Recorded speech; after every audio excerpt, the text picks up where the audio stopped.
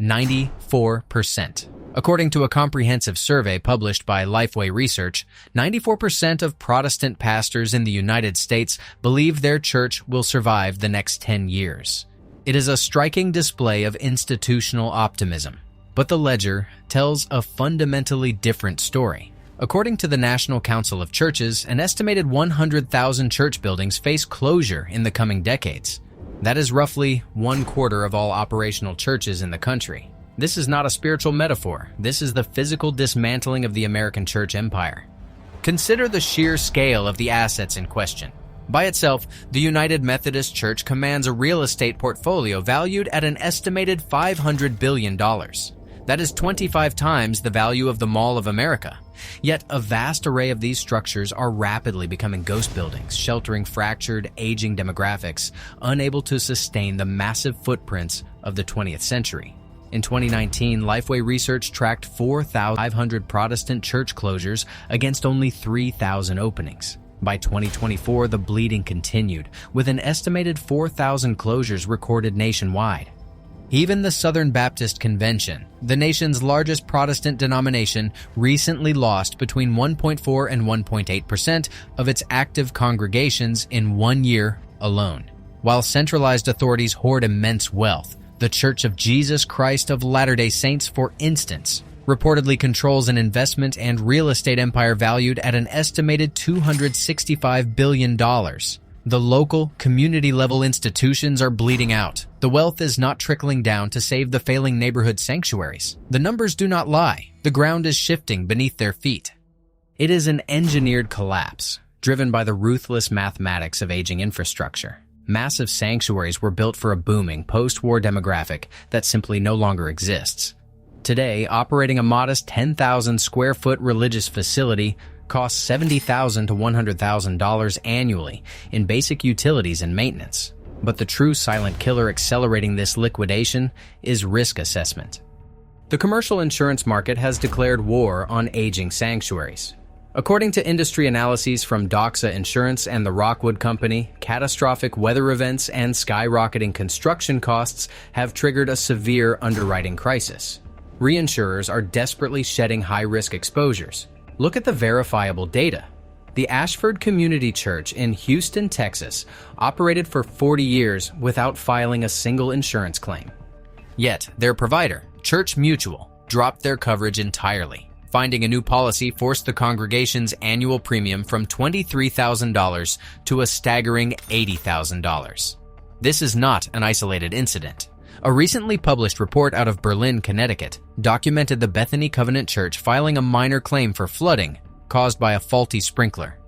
Their insurance premium exploded from $12,500 to $73,000 overnight, forcing the congregation to dip into limited reserves and slash their operational budget.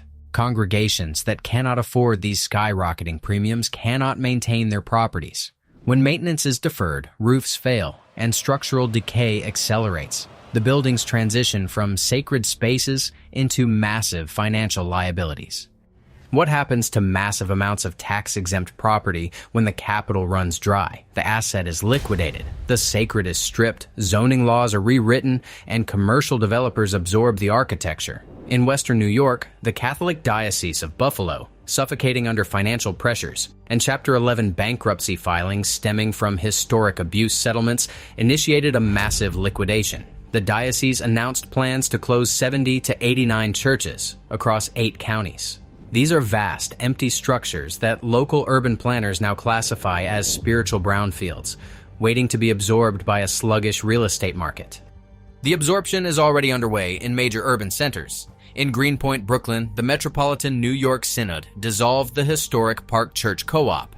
Despite intense community resistance, protests, and legal battles, the property was sold for $4,700,000 to private developers. The 100-year-old Gothic sanctuary was gutted and transformed into luxury apartments. Its facade was painted a sterile white, and the community programs it once housed were permanently erased from the neighborhood footprint. Elsewhere, the transition is even more stark.